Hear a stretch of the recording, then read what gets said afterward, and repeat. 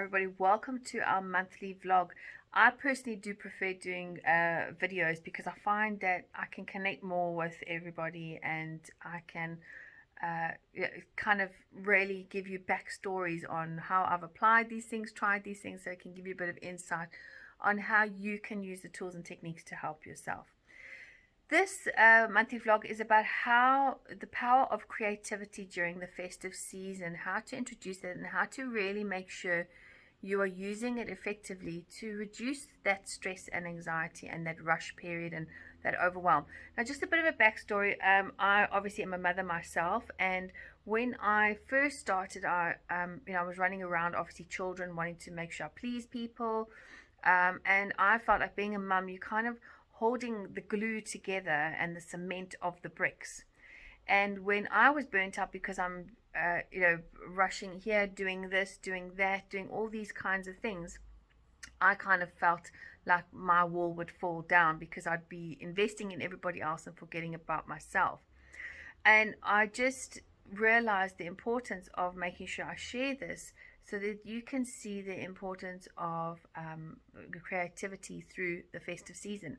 And it was actually my daughter who sat me down one day, and I remember I was running around and I was trying to get meals done and all that, and she just said, Mom, stop, come sit with me, just come sit and paint with me, just come sit and do something with me. And I remember sitting down and actually doing the gingerbread house with her, and I actually was so tired that I'm going, I really just can't put this together because I've got so much in my head of what I want to still complete and what I want to finish.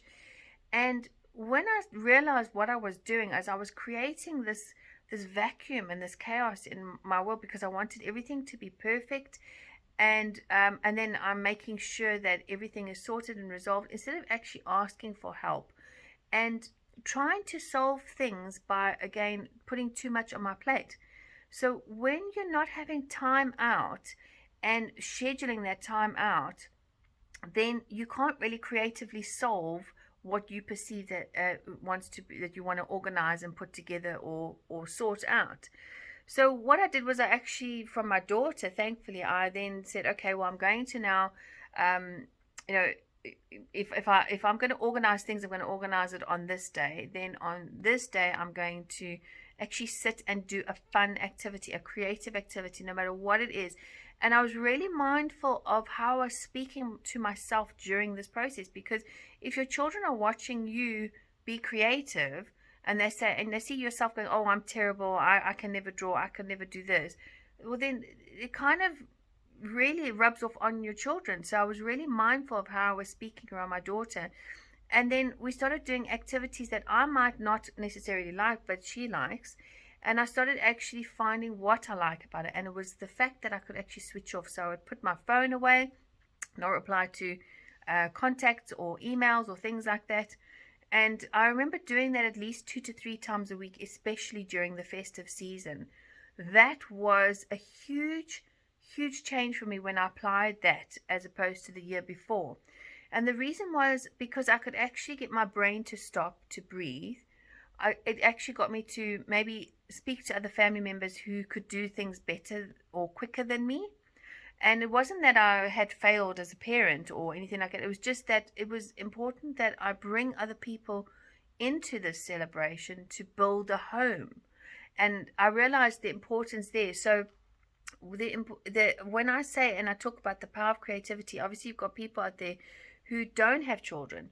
And also the thing is, you can sit still too long and be agitated by that. And I remember when I was single, I was doing the same, and I go, oh, Christmas is such a waste of time, or festive period is such a waste of time.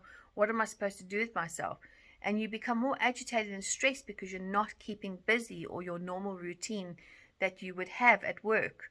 So my challenge to you is to find something that you can learn that's new, that's creative.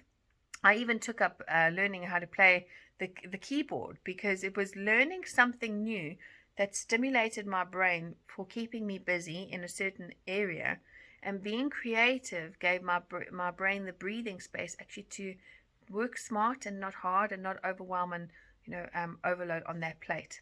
So enjoy that and apply it, and obviously please send messages. Let's hear how things have changed for you.